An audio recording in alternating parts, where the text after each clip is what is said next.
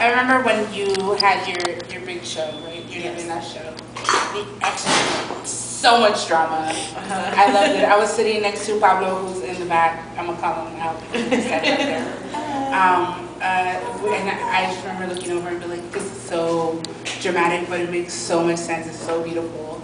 And then you talked about like what would happen if I lost my shit right here, right now, right? What is the fascination with exorcism for you? Growing up, I was always compared to one of my uncles, and now I realize he was schizophrenic. And they would always be like, you're just like your tío Locario, like they'd call him Locario, and his name was not Locario. But like, it was like this thing that I would never see. Like, he was always just like awkward with us, but I never saw the actual thing that made him crazy that everyone told me was crazy. But I was like, apparently I'm the one who's crazy and I need some fixing.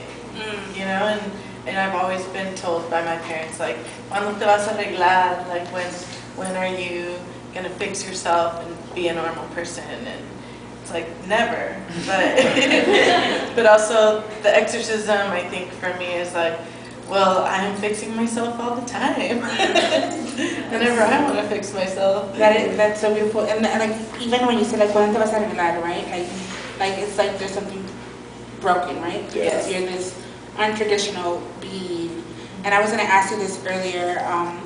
You talk about drag a lot and putting on your drag shows. Like, what was your relationship with drag? When did you first experience it? And what made you be someone that's enamored with it and apply it into your artistry? I think it was maybe 2010 or something in San Francisco, where my friend Javi left me. I don't know where he is. He's my best friend from when we were like 11 or something, and he left the Bay to come live in LA, and I had nowhere to stay anymore. Like, he was the person helping me out. And then I met my drag mother, and she was like, I'm having an art show, come and perform at my art show. She had never heard me sing. She just knew that I could sing, and she was like, yeah, just come do this thing. And then after that, like, I just started hanging out with them all the time. Like, she used to perform twice at some bar called Esta Noche, which is very similar to Jalisco Bar here, where they do drag shows all the time.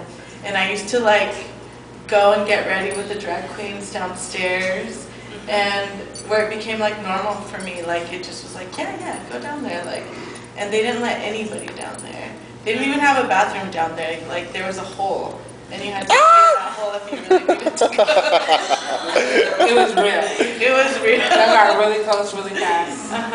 And that's where, like, they'd be like, Mija, help me with this and stuff like that. And then if I was getting ready for my shows with them, one of them would be like hairspraying her comb and helping me, like, up-comb my hair and, like, you know, like little things like that. And then my Persia, who's my drag mother now, she would always tell me how to, like, if we went to a party, it wasn't just going to a party, it was like, you're gonna make friends with everybody in this room.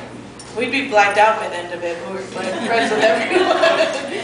And, you know, like, San Francisco for me was all drag, like different kinds of drag, you know?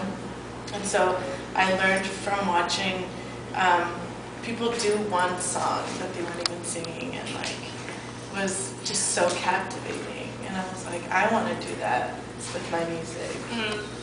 And I would perform with backtracks and stuff like that at those spaces. That's so, yeah, because seeing you, the first time I saw you, like, admittedly, I didn't know much of your music before the Red Bull event, right? And then I was invited by Red Bull to come to that event for whatever reason.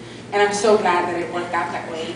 And once I knew I was going to come see you, I started looking you up on YouTube, and I was just like, this is also dramatic, right? Like, for someone not coming from the drag world, I was just like, Sancha's, she's intense. and I remember talking to Pablo, and he was like, no, she's a real deal.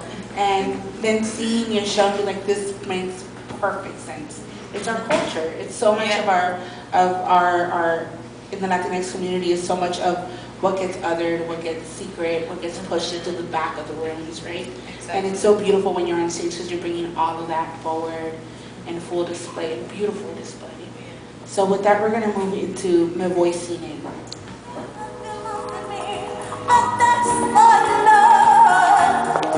I feel like